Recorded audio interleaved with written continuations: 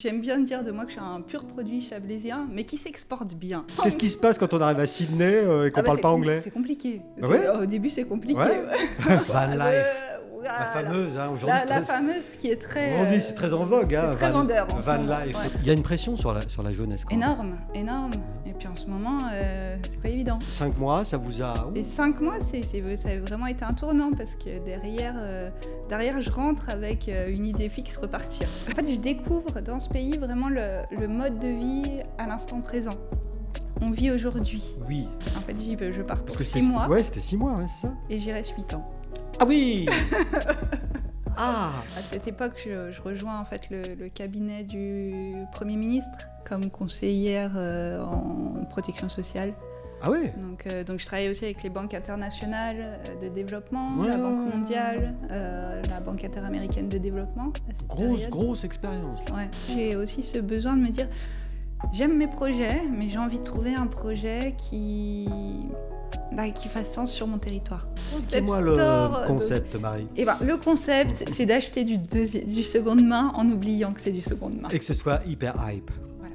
C'est la tendance. Donc le nom est, le winner is... The winner is la remise. Ah. Ça rime en plus. J'ai envie de vous dire, oui. Tout Donc ça pour c'est ça. chablaisien. Tout ça pour ça.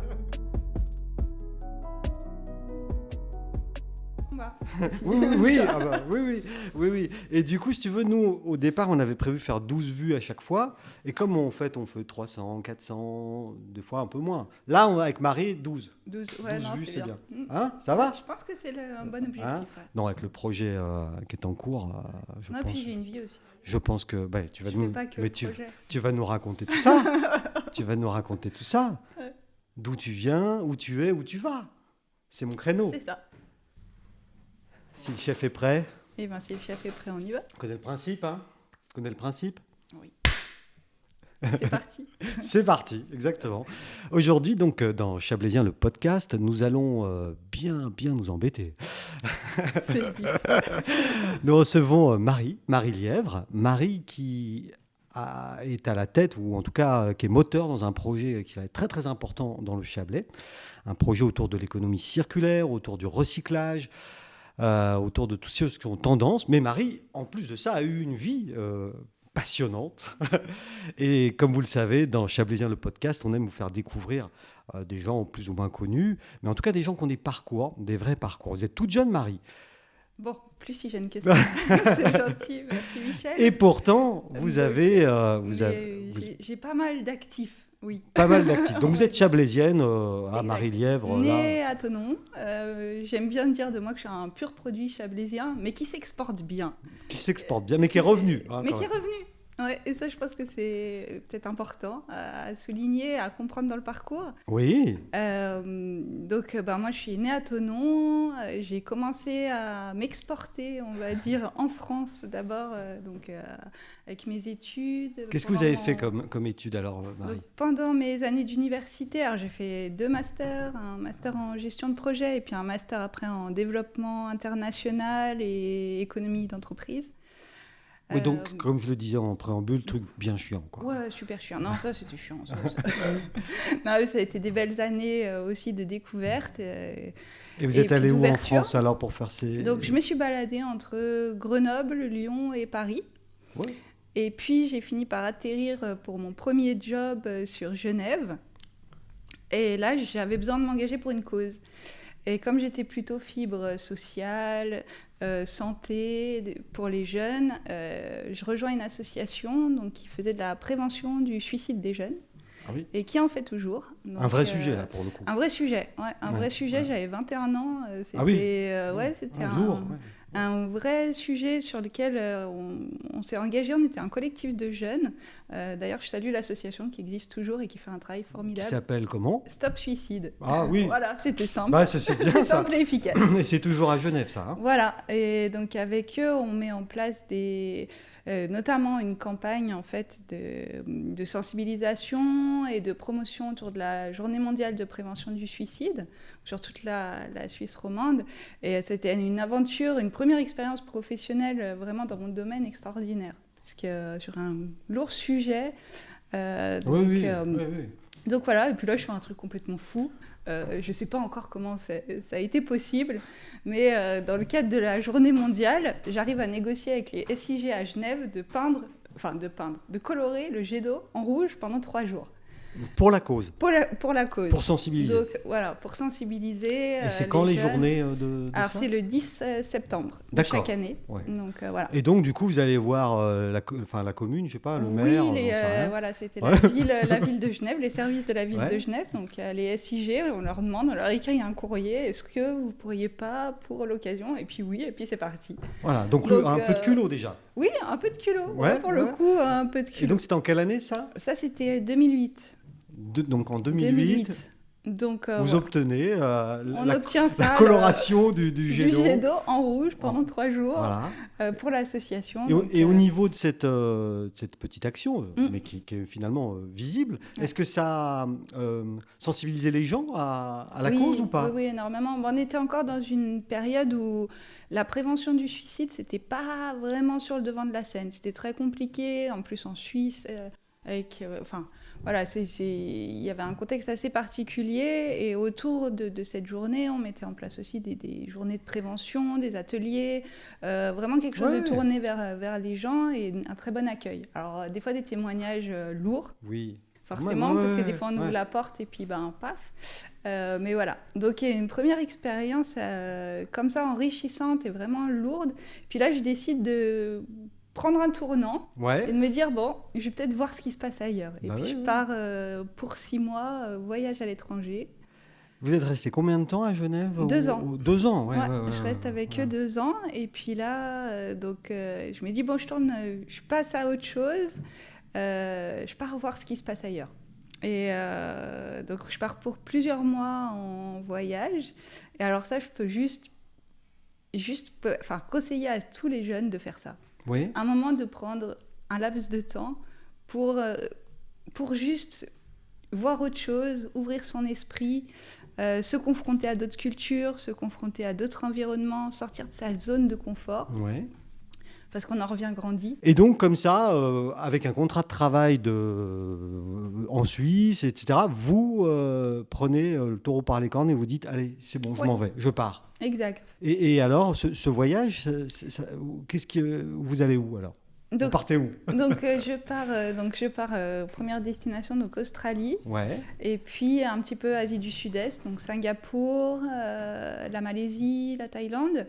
Donc plusieurs mois comme ça de voyage. Et comme je disais, donc vraiment une expérience très enrichissante. Et vous avez fait quoi? Vous avez travaillé en même temps? Non, j'ai commencé par... Alors, je ne parlais pas en mode anglais, alors autant vous dire que... Ah oui, donc c'est quand même courageux, ça.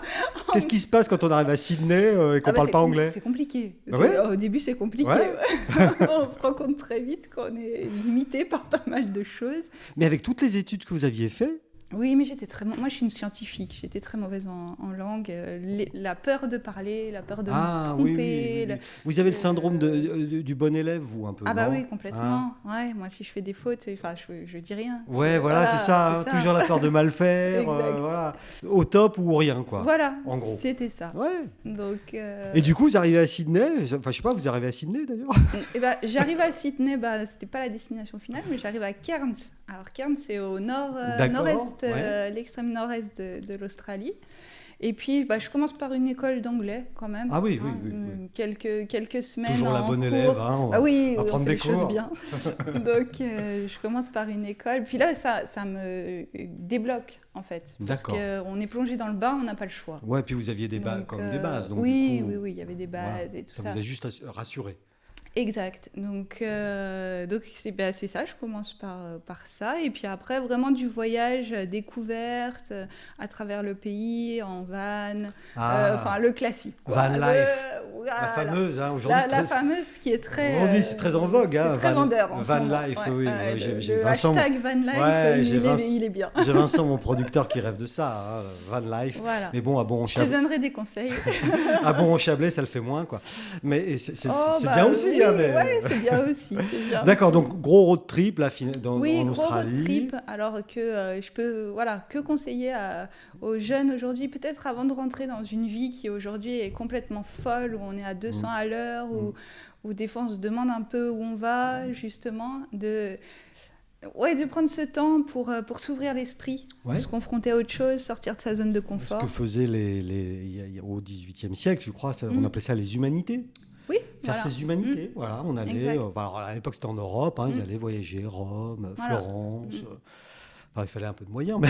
et c'est ça, mais peut-être qu'aujourd'hui, on perd un peu ce côté-là. Et puis, on passe tout de suite, il faut sortir du bac, faire ses études, bien les réussir, rentrer dans une vie professionnelle. Il y a une pression sur la jeunesse quand même. Énorme. Et puis, en ce moment, c'est pas évident.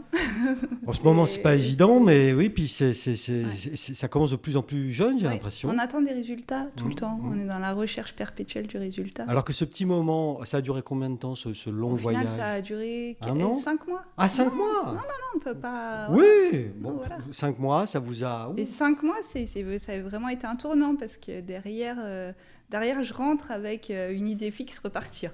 Ah oui. Ah bah oui. Fallait changer de valise. Et vous êtes reparti ? Oui, absolument. Donc, là... une fois que vous avez fait l'Australie, là, donc, et Singapour, l'Asie du Sud-Est, vous êtes revenu en France ? Je reviens en France. Ouais. Et puis là, j'ai un vieux rêve, l'humanitaire. Donc, toujours dans ma fibre sociale, altruiste, etc. Oui, mais ne faites pas les yeux au ciel, c'est bien.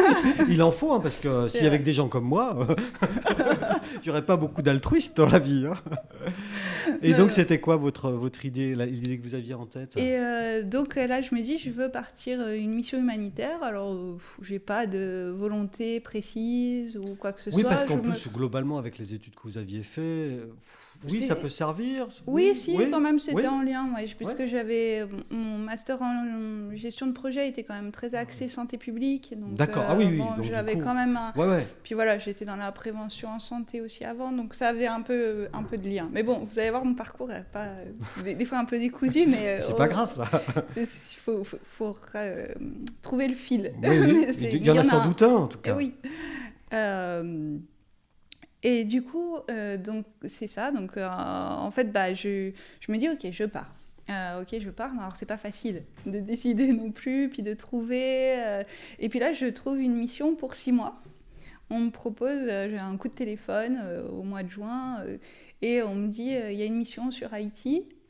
Est-ce que ça t'intéresse ? Donc là, on est en 2011, donc on est juste après la catastrophe sur Haïti, après le tremblement de terre. Et donc, il y a beaucoup de postes aussi là-bas. Il y a beaucoup de missions qui partent. Donc, on me dit, il y a un poste sur Haïti pour 6 mois. Est-ce que ça t'intéresse ? Là, je dis oui. Et là, en une semaine, je suis dans l'avion. Avec le sac à dos et tout ça. Et c'est reparti. reparti. Mais avec un anglais maîtrisé. Avec un anglais maîtrisé, mais Haïti, il parle français. Ça va. Donc, ça va. Français créole. C'est vrai. Donc, ça va. Mais c'est vrai qu'après, l'anglais aide beaucoup quand on voyage. C'est un outil indispensable. Vraiment. Donc, Et donc là, Haïti, c'est une découverte Ah oui, là j'y arrive. Je sais pas si je fais honte, mais en tout cas c'est une réalité. Mais quand on me dit tu pars en Haïti, je dis oui. Et après avoir accroché le téléphone, la première chose que je fais, c'est je regarde sur la carte où c'est. Ah oui. Ah quand même, oui. Oui, on était. Je savais que c'était quelque part dans la Caraïbe. Enfin voilà, le situé, on était ok. Hispaniola. Voilà, c'est ça. Donc, Christophe Colomb. J'avais déjà... Caraïbes. Voilà, Caraïbes. Bon, oui. Donc je me dis, pourquoi pas, oui. Et donc je pars pour 6 mois initialement. Et là, j'arrive donc sur place. Je travaille donc surtout dans les camps de déplacés post-tremblement de terre. On construit des abris provisoires. Il y a une gestion de population. J'arrive aussi en pleine épidémie de choléra, donc l'urgence sanitaire est là. C'est encore lourd, à nouveau des trucs un peu lourds. Assez lourd, ouais. Non, mais c'est marrant ça quand même. Mais bon, je veux pas faire de la psychanalyse, mais c'est marrant parce que vous êtes quand même quelqu'un d'assez gai. Oui, j'espère. Oui, de très gai. Et vous êtes toujours quand même dans des trucs un peu... Oui, peut-être parce que j'apporte aussi mon dynamisme dans des situations un peu compliquées. Je pense que c'est... Oui, mais c'est marrant parce que vous arrivez avec le sourire à nous expliquer le suicide des ados, des jeunes, ce qui est une réalité et que voilà. Vous arrivez à m'expliquer Haïti, les déplacés, le choléra. Tu t'attendais pas à ça. Moi, je m'attendais à rien. Non. Je m'attends jamais à rien. Comme ça, je suis surpris. Et du coup, alors, oui, cette mission. Donc, cette mission, je dirais que je suis touchée par le pays. Oui, vraiment. même, ouais. C'est une découverte, c'est un univers, c'est des gens qui, justement, qui vivent des choses difficiles, mais qui ont toujours le sourire, toujours la blague, toujours en fait, je découvre dans ce pays vraiment le mode de vie à l'instant présent. On vit aujourd'hui. Oui. Demain. Hier, c'est passé. Ouais. Demain, c'est pas encore là. Ouais.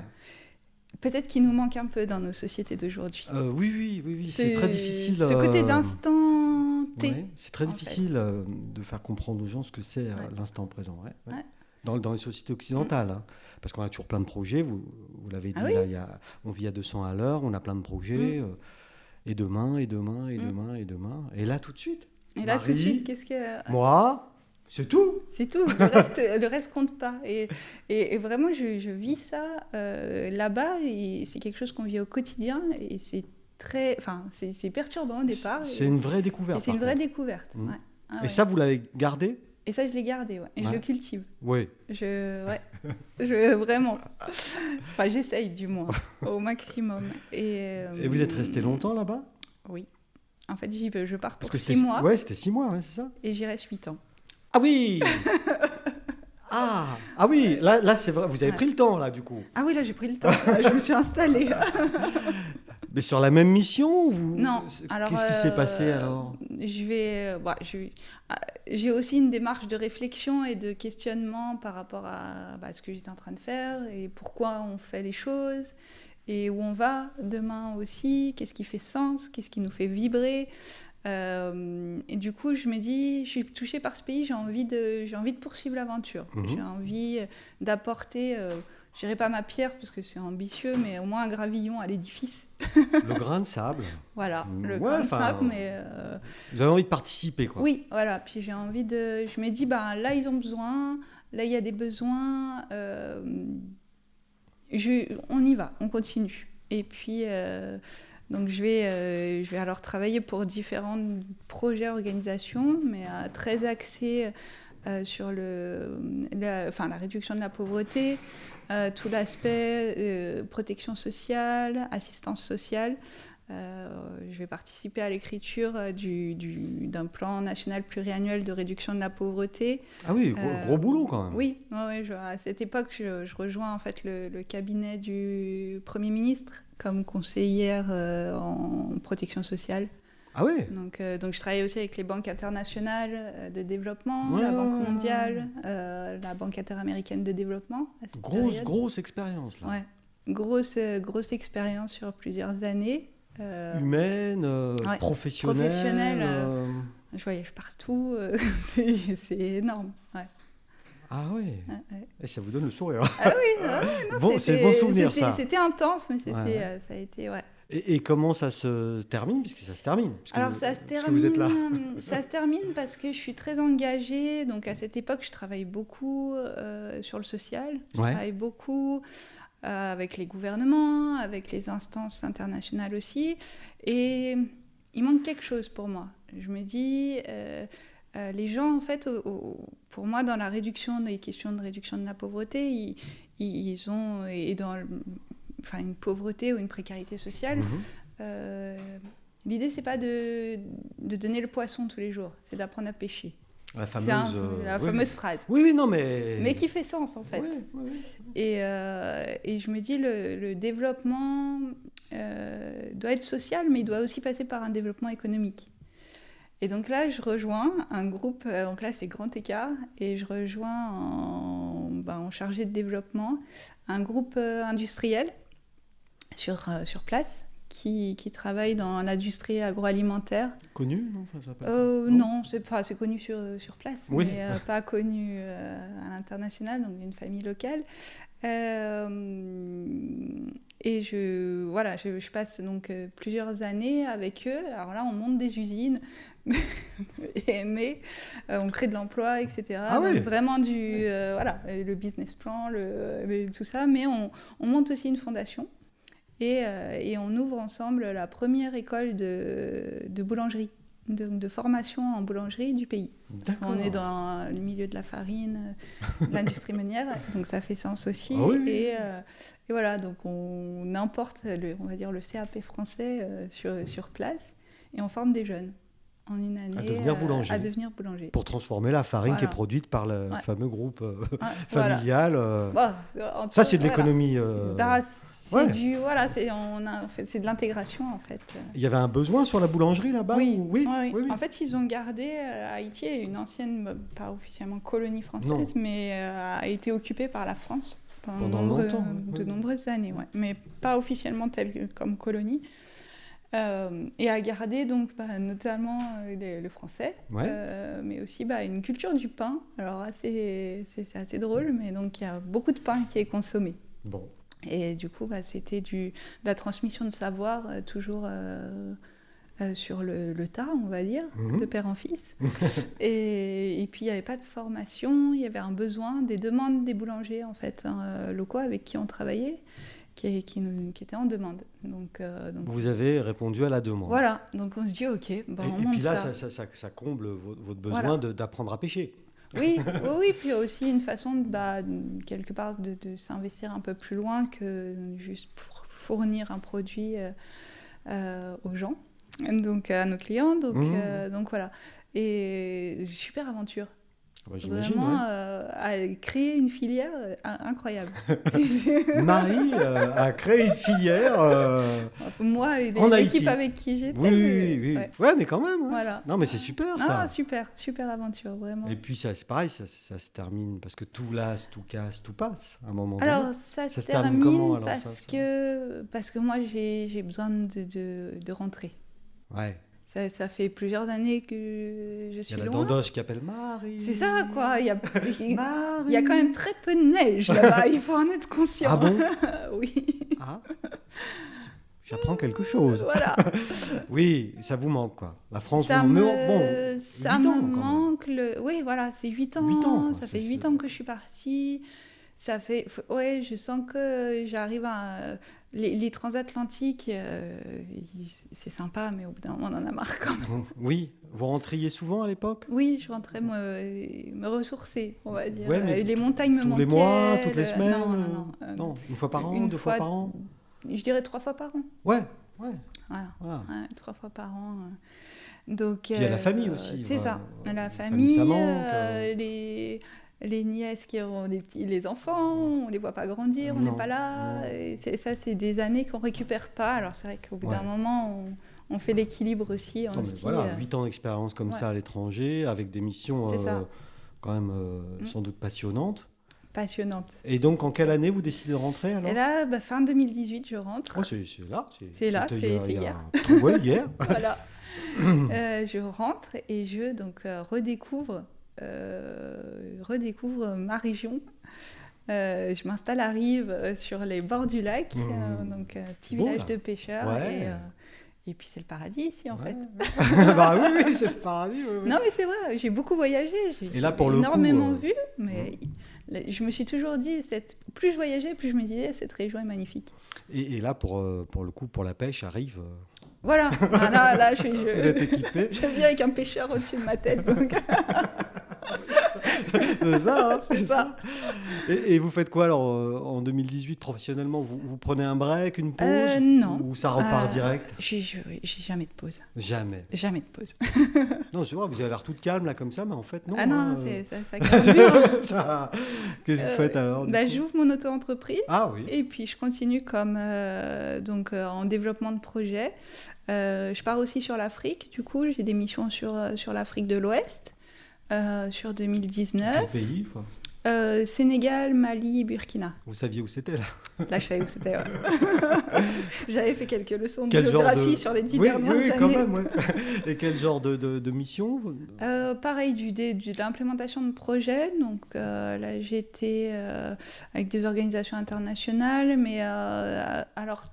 Pareil, des projets qui alliaient organisations internationales et sociétés privées. Donc l'idée, c'était de mettre en place des farines fortifiées en fait. Ah oui, d'accord. Oui, j'ai entendu parler Donc de ça, ouais. voilà, des usines de production de farine farine de millet ou ce genre de choses, fortifiées pour les enfants, les femmes enceintes, dans ce genre de pays. Du coup, bah voilà, je continue aussi avec Haïti en parallèle, donc on fait, voilà, plein de projets. Là, je voyage beaucoup. Ah oui, alors pour le coup, Rive, Oui, Rive, je le vois pas très à souvent. peine le week-end et encore. C'est ça. Ouais. Et puis, plus ça va et plus je m'ancre en fait. Et plus j'ai aussi ce besoin de me dire, j'aime mes projets, mais j'ai envie de trouver un projet qui fasse sens sur mon territoire. Voilà. De faire la même chose que ce que je peux faire pour l'étranger quelque part, le faire pour mon Chablais. Voilà, pour mon Chablais. Mon Chablais natal. Exactement. Et ben là, c'était pas facile à trouver. Non. Puis Non, mais. non, c'est vrai. C'était. Parce qu'il y avait pas de. Je trouvais pas. Je me disais, il y a quelque chose. À un moment donné, ça va arriver, mais ça n'arrivait pas. Mais ça n'arrivait pas. Et puis, donc l'été dernier, je fais la rencontre. 2020. 2020, voilà. Je fais la rencontre de l'association Pôle Ressourcerie du Chablais. Pôle Ressourcerie du Chablais, puisque c'est de ça dont on parle. C'est maintenant. Ça. Donc voilà, donc on vient de faire un grand voyage pour arriver. Oui, c'est votre portrait, c'est votre vie, mais c'est intéressant, justement, tout ce voyage pour au final, c'est encore pas fini, mais non, j'espère pas. et donc ce projet Pôle Ressourcerie du Chablais, là, alors qu'est-ce que c'est? Alors, qu'est-ce que c'est déjà à l'été 2020 quand vous le découvrez? Alors, à l'été 2020, je le découvre parce que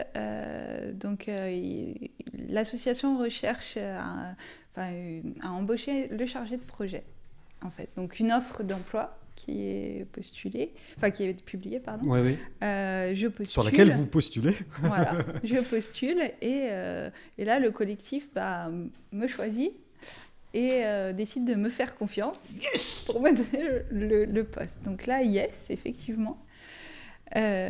Effectivement, et du coup, c'est parti en septembre, début septembre 2020. Je prends mes fonctions dans le cadre de ce projet. Alors, qu'est-ce que c'est une ressourcerie déjà? Bah oui, ça m'intéresse, moi. Parce que je sais pas. Donc, c'est pas évident. C'est pas évident. Bah oui, c'est pour ça, je ne sais pas. Voilà. À vous-même. Non, moi-même maintenant, c'est moi, je suis calée. Vous n'êtes pas sûr?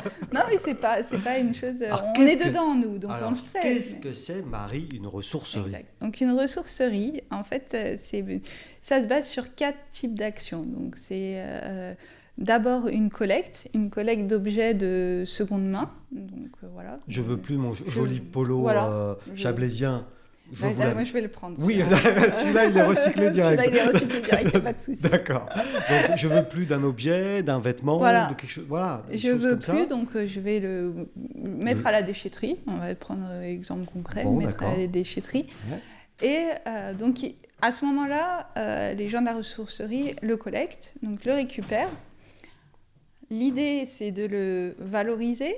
Donc, de le réparer s'il faut, le nettoyer, le remettre en état, le transformer, des fois, ça arrive, et de le remettre dans le circuit. Donc, de le remettre à la vente pour lui donner une seconde vie.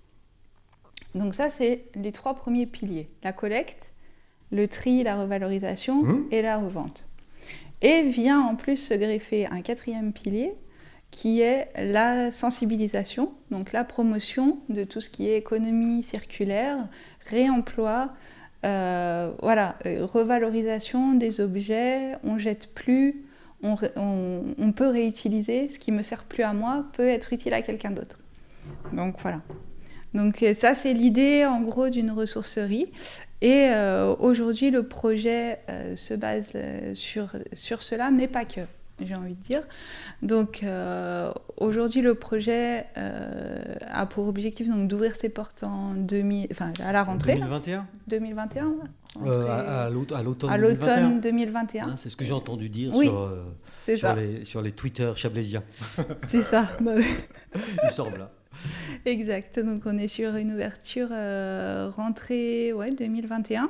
Et donc c'est associatif, il y a une association qui a été montée. Et donc derrière, il y a une association à la base qui s'est montée, donc qui s'est constituée donc, d'un collectif d'acteurs locaux.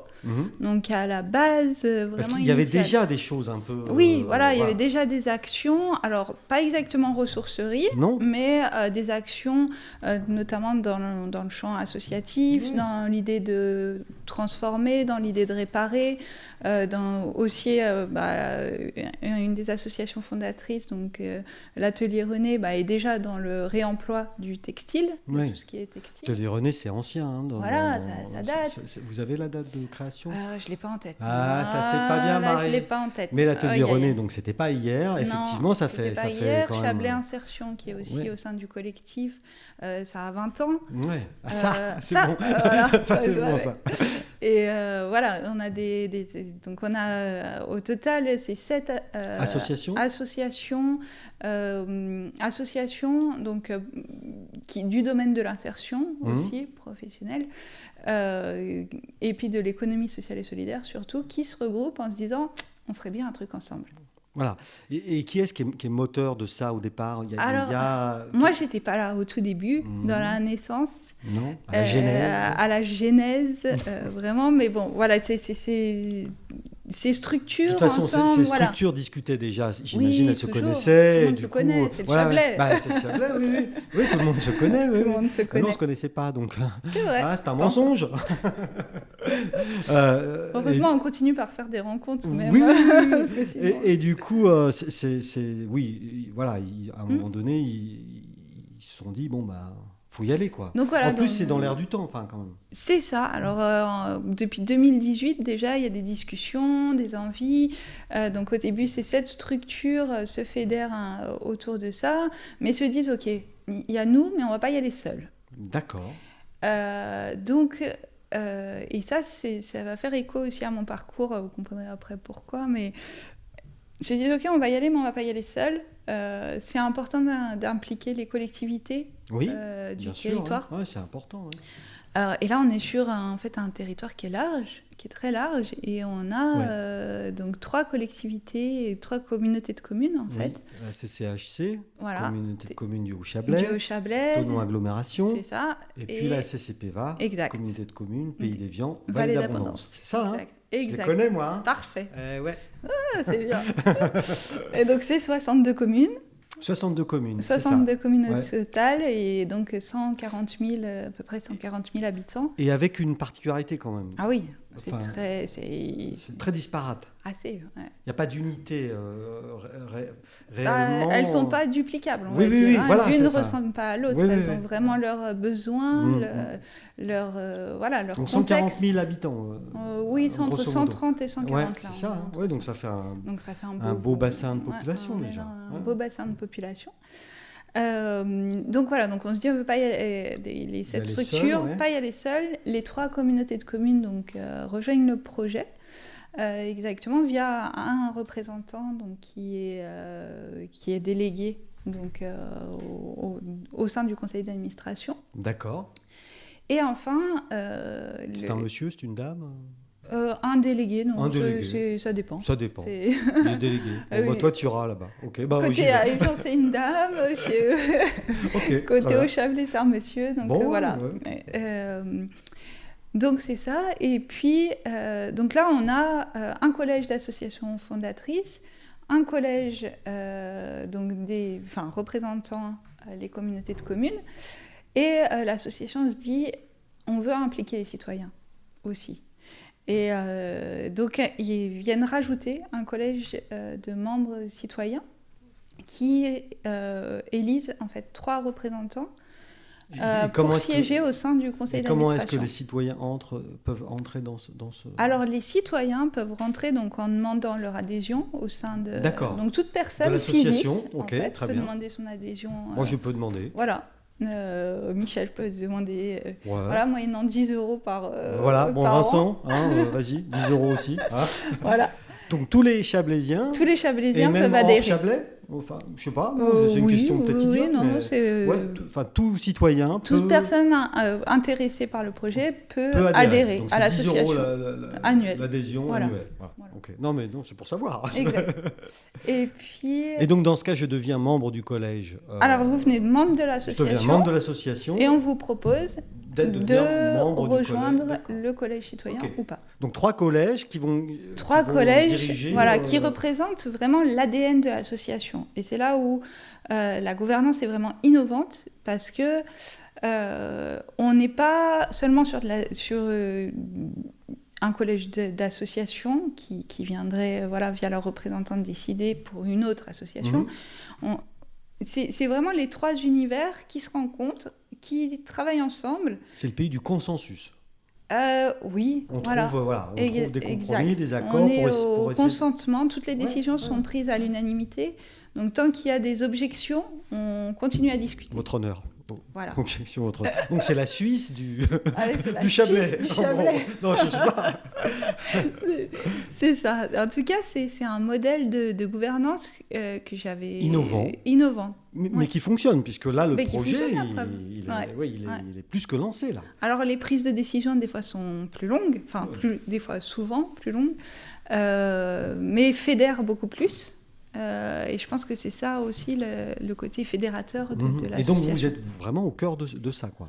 Voilà. Et donc, moi, personnellement, je suis le bras opérationnel, on va dire, des décisions qui sont prises au niveau du conseil d'administration. Donc, 2019, août 2019, l'association est officiellement créée avec les statuts, etc. Tout le processus administratif très simple français. Oui, en France, ça va vite. En 2 clics, c'est bon. Exact. Oui. Allez, 3 clics. Allez. Et donc c'est ça. Puis là, l'association se dit, OK, on a ce projet ensemble, mais on a vraiment cette volonté de faire quelque chose qui est basé, qui soit durable, qui soit pertinent, qui soit basé aussi sur des données empiriques, quelque chose de construit, vraiment factuel, etc. Donc, on a la chance d'être accompagné par l'ADEME, Thonon Agglomération, et puis le pôle métropolitain du Genevois aussi, ils vont nous aider à financer donc, une étude de faisabilité par un cabinet conseil spécialisé en la matière, qui va donc nous faire un diagnostic de territoire, qu'est-ce qui se passe sur le territoire, qu'est-ce qui existe, c'est quoi le potentiel, etc. Et de nous proposer donc après, on construit avec l'association un modèle de qu'est-ce que sera le projet de demain. Donc vraiment définir les contours. Pôle ressourcerie, réellement, ce sera quoi ? Ce sera quoi ? Donc les statuts juridiques, comment on se forme, vraiment tout de A à Z, quelle boucle logistique dans les collectes, où est-ce qu'on s'implante, etc. Oui. Donc, gros travail là sur 2020, j'ai envie de dire. Ça a pris entre le moment où l'association se forme, le recrutement du cabinet, puis la mise en œuvre. Entre-temps, l'association continue à travailler aussi. Tout le travail est bénévole, ça c'est fort.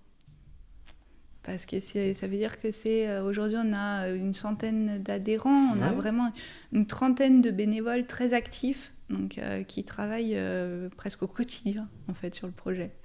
Et ça, je trouve fort, parce que ça veut dire qu'on a des gens sur le territoire qui sont motivés, on a des compétences de territoire et de personnes qui, sans rémunération, sans avantage. C'est le principe du bénévole, ça. Voilà.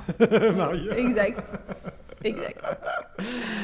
Oui, mais il y a ça. Il y a cette énergie. Ouais, il y a cette énergie, du faire ensemble. Ouais.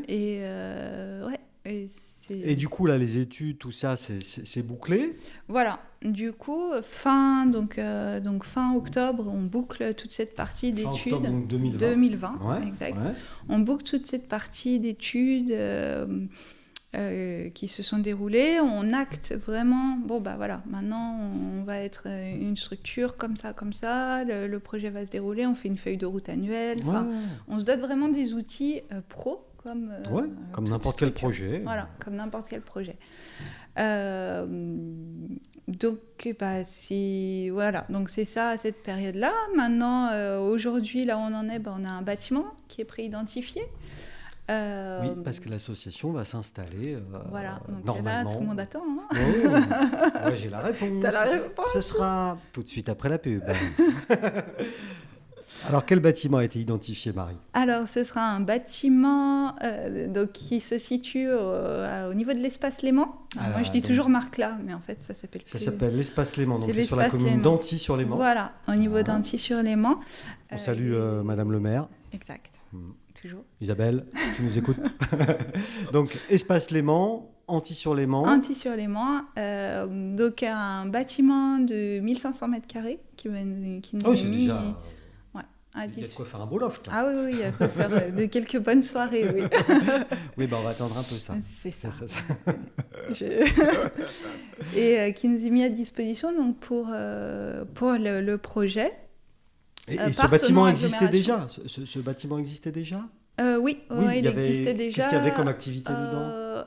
Jusqu'à présent, il y a des activités de traiteurs. D'accord. En fait. Voilà. Ok. Donc c'est ça. Et donc 1500 mètres carrés qui vont être donc dédiés au réemploi, donc à toutes les activités qui vont être hébergées. Donc livraison. Donc en fait l'idée c'est on collecte au sein des 17 déchetteries. En fait sur le territoire on a 17 déchetteries. 17 déchetteries. Ouais. Ah ben, voilà. C'est ça c'est un chiffre. Ça vous saviez pas. Non, ça c'est très bien. Ça c'est de l'info, Marie. 17 déchetteries. 17 déchetteries, je peux même aller jusqu'à vous dire qu'annuellement c'est 22 000 tonnes de déchets par an. Dans ces déchetteries. Au sein des 17 déchetteries. Voilà. Hors ménager. Hein, hors ménager. Voilà. On n'est que sur la déchetterie là.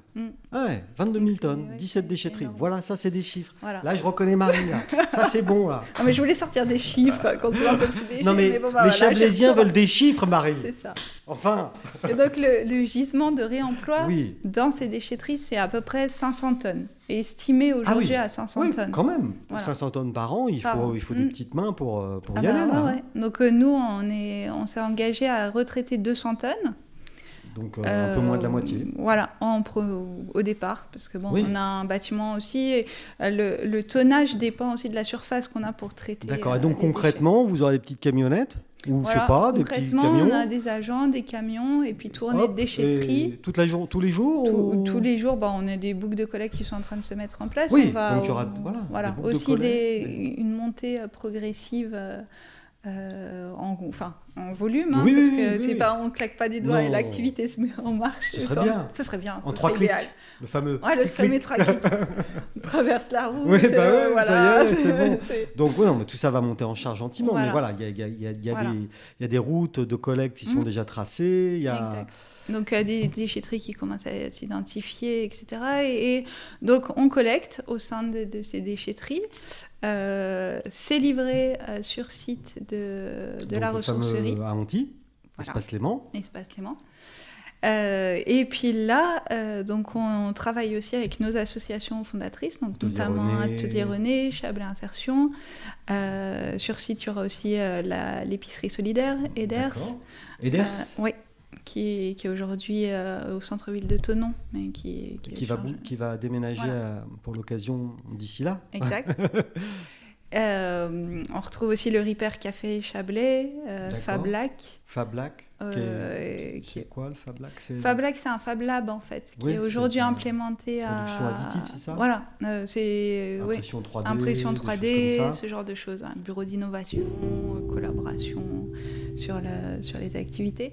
Et dans les 7 structures, parce que je ne l'avais peut-être pas nommé, on a aussi Trivalet, donc qui est une entreprise d'insertion de la vallée de l'Arve, qui s'occupe du retraitement aussi du textile. Okay. Donc voilà, qui est notre partenaire technique sur le projet. Ils vont annexer le Chablais. Ils vont pas venir directement. Non. D'accord. Non. Okay, non, je sais pas. non. Donc ils travaillent avec nous, mais pas physiquement. Et donc tout ce petit monde va se retrouver dans ces 1500 mètres carrés. C'est ça, dans ces 1500 mètres carrés. Donc retraiter les objets. On aura aussi sur place donc des ateliers. Alors quand vous dites les objets, il y aura des vêtements. Oui, alors il y aura des vêtements, du mobilier, du bibelot, des articles de sport, Voilà, mais on ne va pas trouver une vieille batterie de voiture ou... Non, j'en sais rien. Non. Du petit électroménager, voilà. oui. Électroménager. Le petit sèche-cheveux qui va bien, le mixeur qui dépanne, voilà. Mais pas du gros électroménager pour l'instant. D'accord. Voilà. Donc voilà, d'électroménager, des bibelots, des vêtements, un peu de meubles et de déco. Oui, j'imagine. Voilà. Voilà. Exact. Ouais. Pour 200 tonnes. Voilà, à gros. l'année.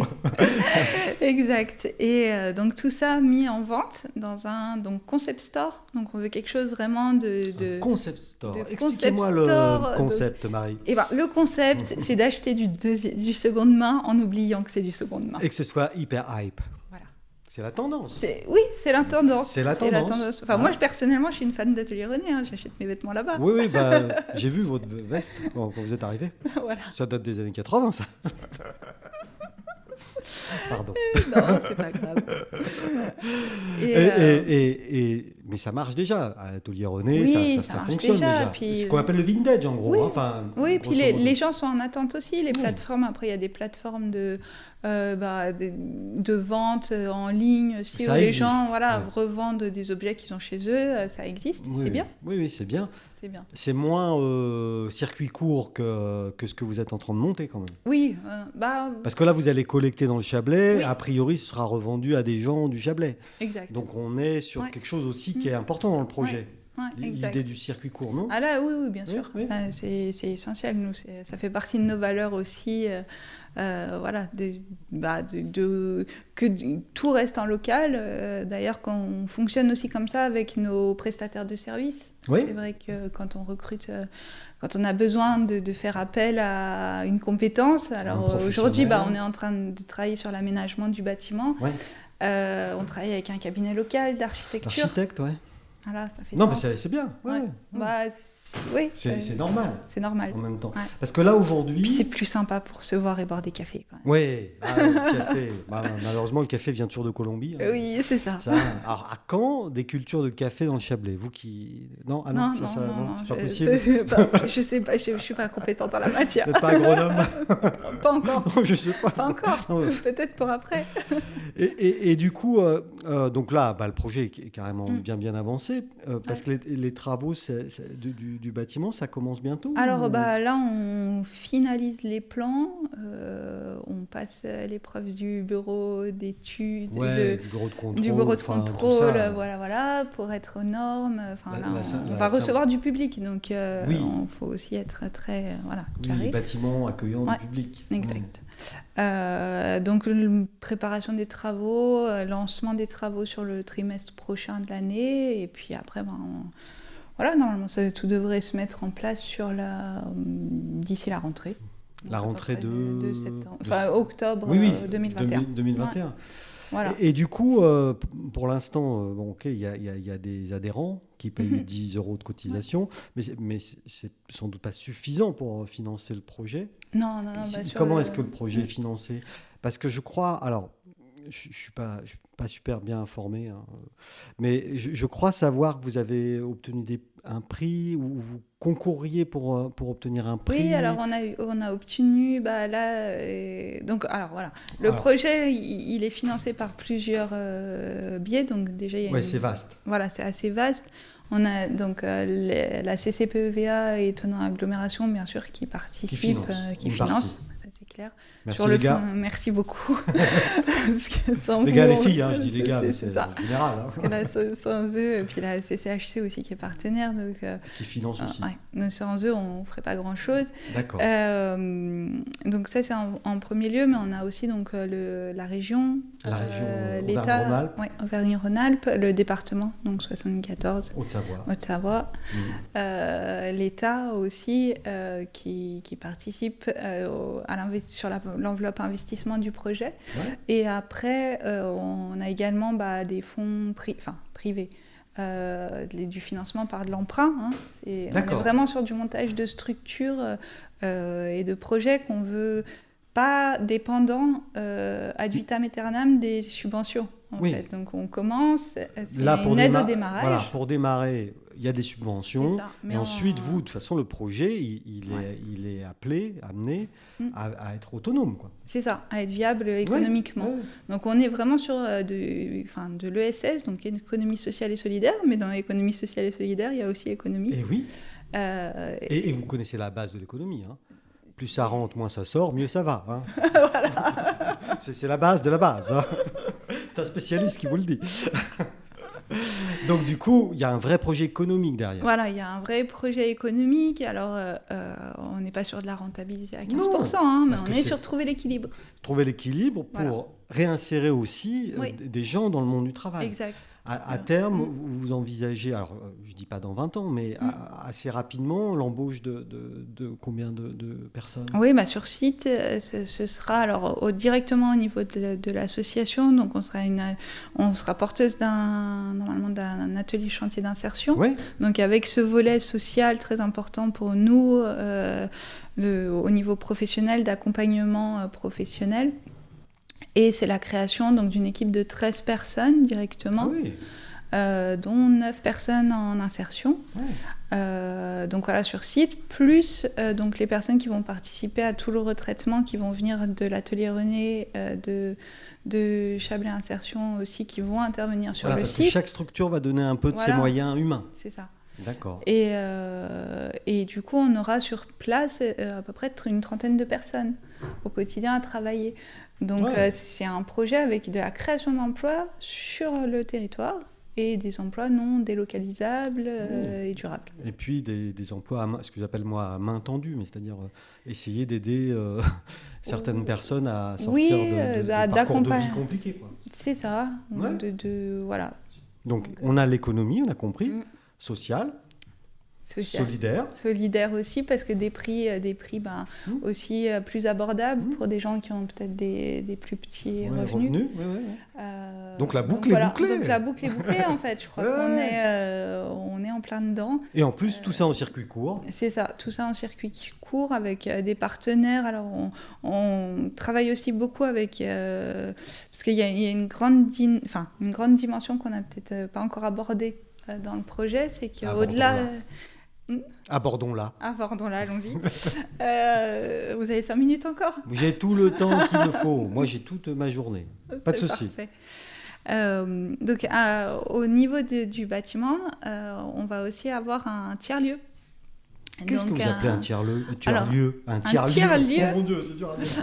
Alors, un tiers-lieu, donc ça va être une zone...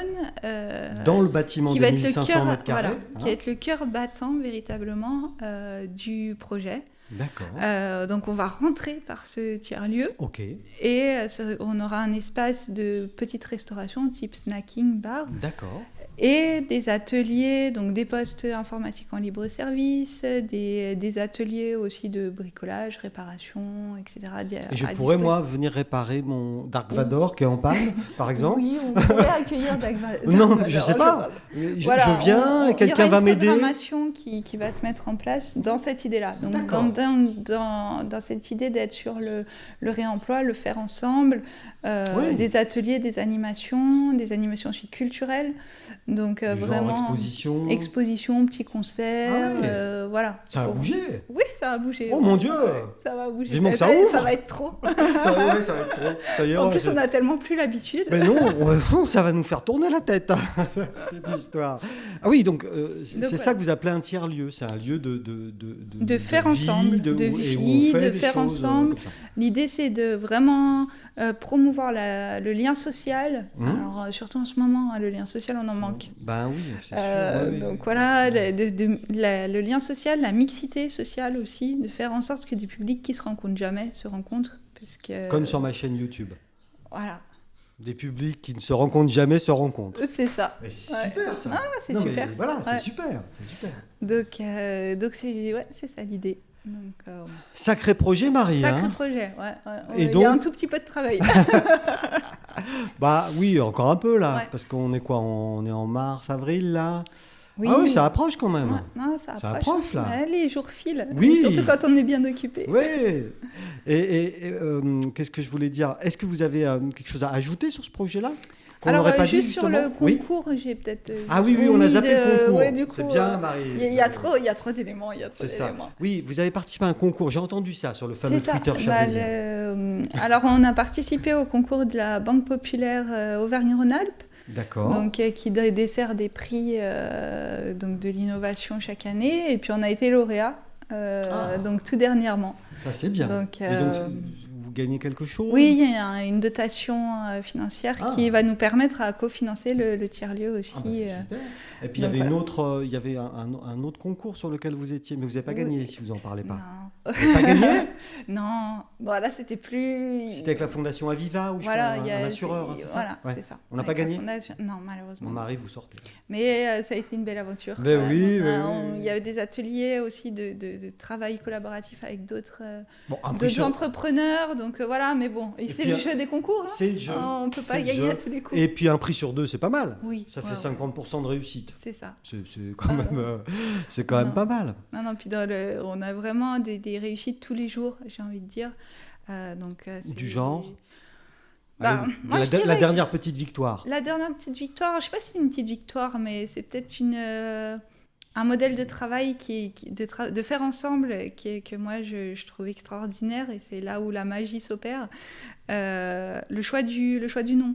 Ah. Le choix du nom. On peut le dire? Oui. On peut le dire, ça y est. Vous allez le dire, donc, juste après la pub. Non, non, pas de pub. Il n'y a pas de pub.